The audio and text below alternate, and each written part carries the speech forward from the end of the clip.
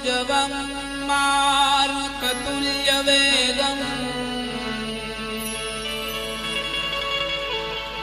जितेन्द्रियं बुद्धिमतां वरिष्ठम्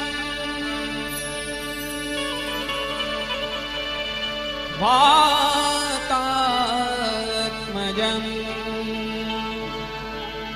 वानरयूथमुख्यम्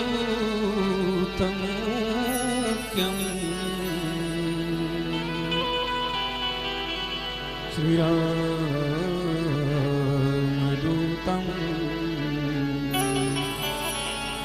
शरणं प्रपद्ये।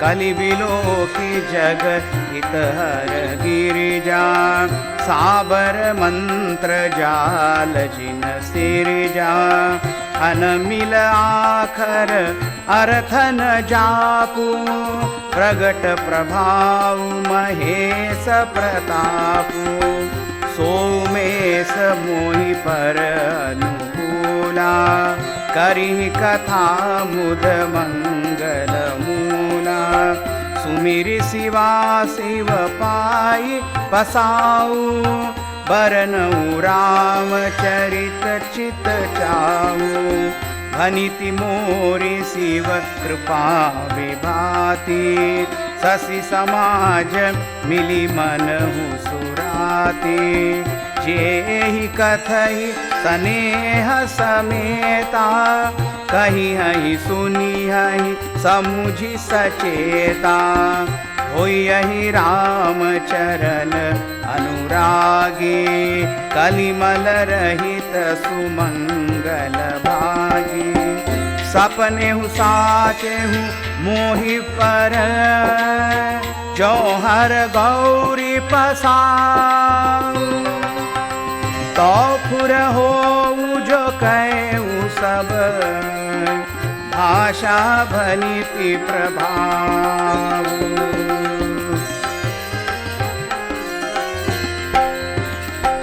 कलि बिलोकी जगहित हर गिरिजा। देखा पार्वती शंकर ने देखा कि कलयुग आ गया, तब उन्होंने जगत के कल्याण के लिए साबर मंत्र की सृष्टि की। सिरिजा माने सृष्टि की। कैसा मंत्र बनाया? अन मिल आखर, बेमेल तो अक्षर हैं। अन मिले आखर अर्थन जापू, कोई अर्थ उसका नहीं होता और जप भी नहीं करना पड़ता। लेकिन शंकर जी का ऐसा प्रताप कि उसका प्रभाव प्रत्यक्ष देखने में आता है।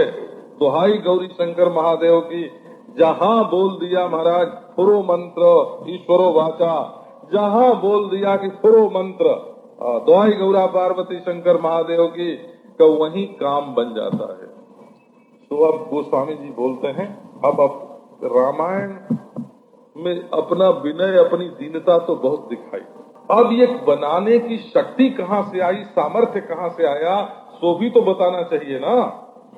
नहीं तो लोग समझेंगे किसी दीनहीन ने लिखा है, और जिसको कविता बनाना नहीं आता था, कवित विवेक एक नहीं मोरे, ऐसे आदमी का लिखी लिखी हुई पुस्तक कौन पढ़े।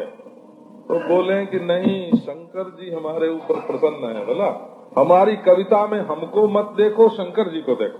तो महेश मो पर अनुकूला करी कथा मुद मंगल मूला। वो महेश जिन्होंने साबर मंत्र बनाया है कलिजुगी प्राणियों की भलाई के लिए, वो मेरे ऊपर अनुकूल हैं। जिस किनारे मैं उसी किनारे वो, माने उनका वोट मेरे पक्ष में है। बोला वही इस कथा को मुद मंगल मूल बना देंगे। वही इस कथा को मुद माने आनंद और मंगल माने साधन संपत्ति, इनकी मूल जड़ी बना देंगे।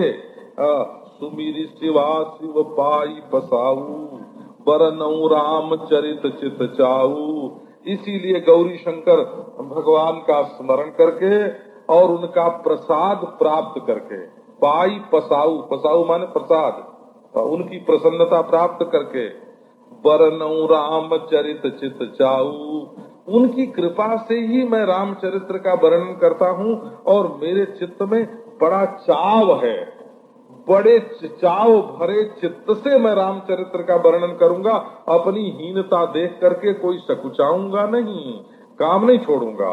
हनिति मोरी शिव कृपा विभाति, शशि समाज मिली मनहु सुराती। भाई तुम्हारी कविता में कुछ शोभा भी होगी, कुछ अलंकार भी होगा, कुछ रस भी होगा।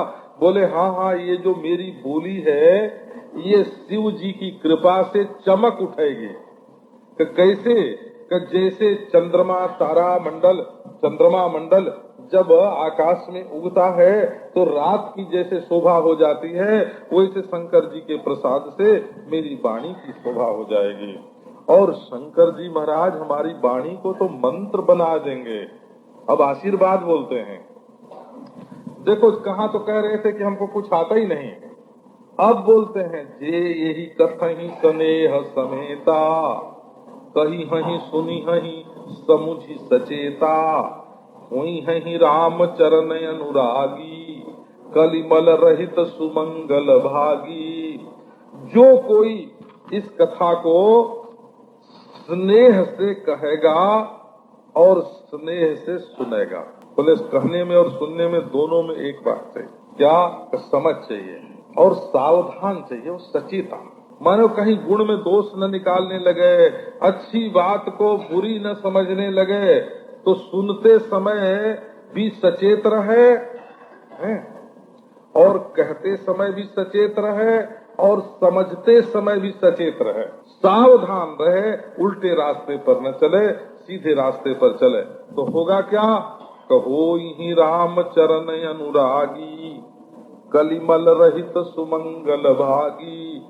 वो राम चरण के अनुरागी हो जाएंगे और उनके हृदय में जो कलिमल है वो बह जाएगा और वे सुमंगल के भागी हकदार बन जाएंगे। सपने हूँ साच हूँ मोही पर, जो हर गौरी बसाऊ, तो फुर हो जो कहूँ सब, भाषा भनिति प्रभाव। मंत्र बना दिया। क्या ये रामचरितमानस जो है ये मंत्र है। कहते हैं यदि स्वप्न में भी और सचमुच मेरे ऊपर गौरी शंकर भगवान की कृपा होए तो फुरो मंत्र ईश्वरो बाजा, है ना, फुर तो फुर हो, वो बिल्कुल निश्चित रूप से वो होवे जो मैंने कहा है। क्या? कि इस भाषा भणिति में, इस भाषा की बोली में वही प्रभाव होवे जो मंत्र में होता है। इसका अर्थ है सपने साचे साचे हो मोही पर। इसका अर्थ ये है कि गौरी शंकर का दर्शन तुलसीदास जी महाराज को हुआ है, सपने में भी हुआ है और जागृत में भी हुआ है। तो सपने में भी आज्ञा दी गौरी शंकर भगवान ने कि तुम रामचरितमानस लिखो, परंतु सपने की आज्ञा से शायद इन्होंने नहीं लिखा। तब जागृत में प्रकट हुए हैं और जागृत में प्रकट होकर के आज्ञा दी। तो दोनों बात कहते हैं, सपने हूँ साचे हूँ मोही पर, जो हरि गौरी बसाओ। यदि स्वप्न में भी और सचमुच जागृत में भी मेरे ऊपर शंकर जी की कृपा है, वो हमारे ऊपर प्रसन्न है, तो मेरी बोली में वो प्रभाव आ जाए जो प्रभाव मंत्र में होता है और जो मैं कहूँ वो बिल्कुल ठीक हो जाए। अब वंदना करने के लिए अब ये बाहर से जितनी वंदना करनी थी सब पूरी हो गई। अब रामचरित लिखने के लिए तो अयोध्या में चलना चाहिए ना। संकट हरण मंगल दूर राम लखन सीता सहित हृदय बसहु